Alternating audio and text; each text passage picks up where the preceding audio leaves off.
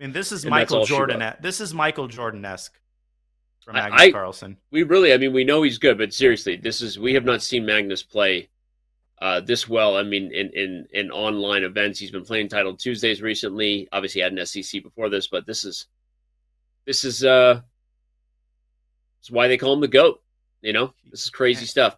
Maybe and with getting ready a to get a sixth World Blitz championship headed to Kazakhstan. So the way he's playing right now, I mean, he's going to go whatever 25 of 25, however many rounds there are. The world champion is in a state of flow, and yep, this is just amazing to watch. Honestly, seriously. We talked about how he's won 5 World Blitz Championship titles. I think it's a fun fact that goes underrated about Magnus Carlsen's career because you have other things to focus on. Also, a 5-time classical world champion, also the highest rated player in history. But talk about how difficult you think that feat is, right? We know right now he wants to win the SEC before heading to Kazakhstan and right the wrong that was him getting ousted last year. But I mean, in comparison, and this is in no way meant to disparage Hikaru Nakamura, who is arguably, the most celebrated, especially online blitz player of all time, and one of the freakish talents ever to play the game. Hikaru has never won a World Blitz Championship title, right? Because it shows how hard that event is, the gauntlet that is winning that event. Magnus has won it 5 times. It's just crazy when he's on form. yeah. When he doesn't win, we're all shocked. And over the board blitz, I think there is no. It's beyond compare. There's really no argument to be had. Magnus is the greatest blitz player who has ever lived. Hikaru is the greatest online blitz player who's ever lived. And I would say that nowadays it's important not to say, well, that's better than that or online better than OTB. Both of these Right. are incredibly impressive feats. And, these two forms of the game, they coexist. But in terms of sporting achievements, in terms of the Yeah. consistency of his success, Magnus Carlsen his record is unimpeachable. Yep. And Wowzer, wowzer, wowzer. Well, right now Magnus is, like you said, in a state of flow, and this is a unique position. I'll say we have not had this structure on the board in any game thus far, and I will say, despite the eval bar saying it's equal, I'm not a huge fan of black setup here. Magnus is going to have to right the ship there. You would much rather move the knight and open the bishop, be in a different spot. So we'll see if Fabi can capitalize on that. yeah, this feels a little bit dicey for black. I mean, knight c3 and d5 is coming Mm-hmm. to a theater near you. Mm-hmm. And even if black moves the knight away from c6, which is quite typical, white could actually still go d5 and sack the pawn. I would do that automatically and then play knight d4. I wouldn't be able to Mm-hmm. resist the Just go temptation for to it. play d5 here. Just do it. Nothing to Do it. lose at this point. Go. Booyah. He does it. Boom. The knight comes in. If c5, watch out for knight f5, as you But said, coming to a... g6. Okay, e6 is coming. e6 and bishop h6. This is it. This is a game where Fabiano buckles up, might be fasten it. your speed belts, and clicks This in, right? This is a Danny Wrench type of position. So Yeah, that's it. I'll Thank you leave for this to that. you. Meaning a dubious attack for both sides, or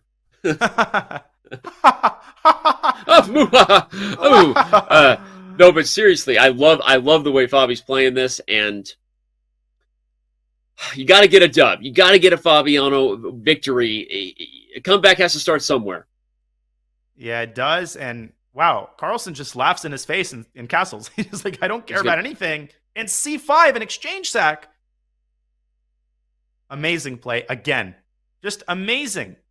Yeah, he's going to make this super tricky. As we said, he's not going to roll over, but he is down a minute and he's down in the position. But Fabiano has to find the right approach to convert.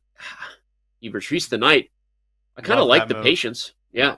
I love the way Fabi's playing this game. He's played phenomenally, and he's only better by like 0.6 points, which is the ridiculous thing about playing an on-form Magnus Carlsen. Yep.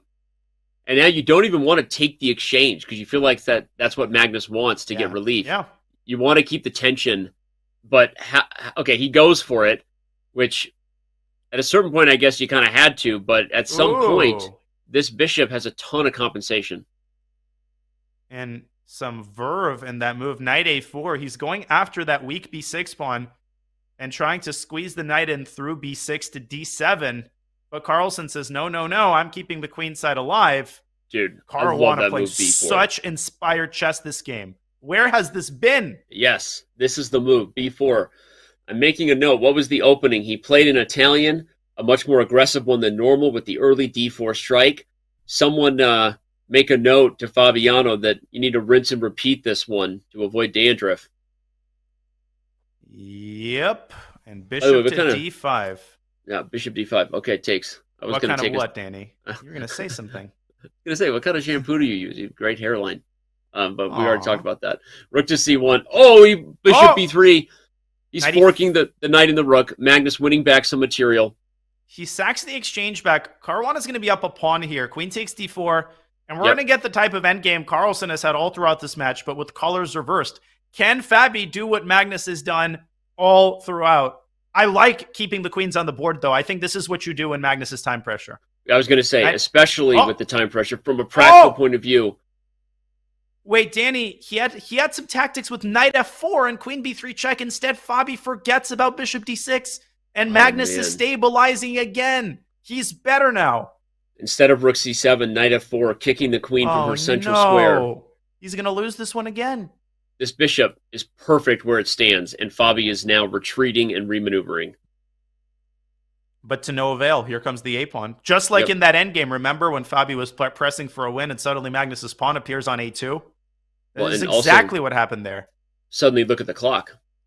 a3. Time pressure. Time pressure is now mutual. There's a crazy idea with a3 and a queen sack, but Carlsen does it clinically. Oh, wow. a3, rook d4, take b2. I just saw what you were talking about. That would have been fun. But Magnus takes the safe approach. Rip. Mutual time pressure commences. AB. AB. Wins a piece. AB, baby. Fabi will just... No, he can't take on b2 because rook a1. The bishop guarded h2. I wonder if black missed that. What is going on now? Craziness. I'll tell you what's going on. Carlsen's winning. He's going to take. He's going to win the queen with check, and the a-pawn is too much. And the king just advances toward b3. How does it look so simple in the end? It's unbelievable. It's just like he's calculated all of this ever since the queens were on the board. And Caruana is incredulous. He's just like, what do I need to do to beat this guy?